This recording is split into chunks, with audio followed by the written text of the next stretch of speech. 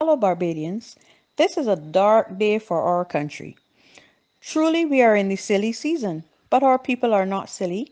In the midst of a pandemic and Omicron threatening, whilst still under a state of emergency, there is no compelling argument for an election to be called 17 months out except to be self serving. This is not what we expect of sound leadership. It is clear that the government of the day has succumbed to feelings of panic and that the nation's first call, which is the people's safety, has been set aside to pursue selfish ends which expose our people to great harm and possible death.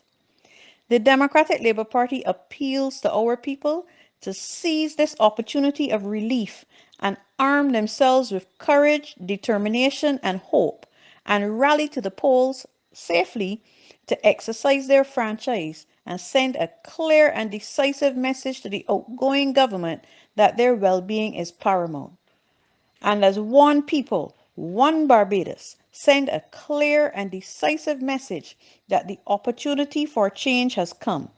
We agree that the nation is divided, but in a climate of 29 to 1, we must ask ourselves who divided the nation? Let us be frank. Mia does not care, she scares. But do not let that deter you from summoning every single ounce of strength in your being, indeed your right and your reason, to do what is best for Barbados.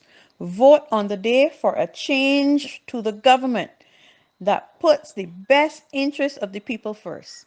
The Democratic Labour Party looks forward to being your standard bearer come the 20th of January 2022.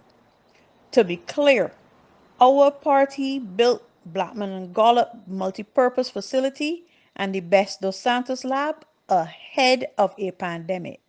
That is the foresight we need now. We recall the days when basic services were not available because that day is today.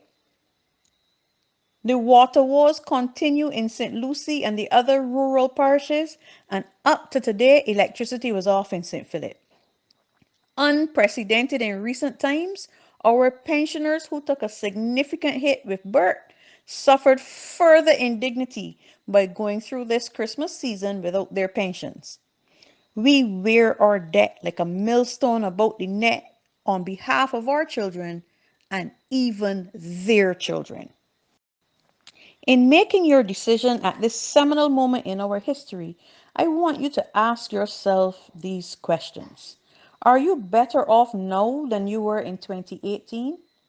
Are you finding it easier to feed your families? Did you expect after $400 million on EduTech that we would be scrambling with online learning? The Hyatt could have been completed by now were it not subject to political shenanigans. And if there were such faith in the projected projects in the next few months, then elections would be scheduled after they become reality. Warmed over promises will not do this time. Our people will do more than watch this time because we have learned the lessons of the past and we know how dangerous it is to have a one party state. Therefore, my fellow Barbadians, this is your moment to have your say. It is your moment to send a message that a one party state will not cut it. This is your moment to collectively guide this country away from this strange form of governance and government. Together, we must arm ourselves with our faith, the guidance of Almighty God, and the determination to save our country. Go out on the 19th of January and with your pens make indelible mark to signal enough is enough. Over the coming days, the Democratic Labour Party will lay out its case for why our rejuvenated, young, and committed team is best placed to take this country forward, why we must never have a one-party state, and why we must always keep the voices, concerns, and aspirations of our people at the center of our social conscience. Our policies are designed to elevate our people, and we look forward to the opportunity in the coming days to take you into our confidence. God bless Barbados.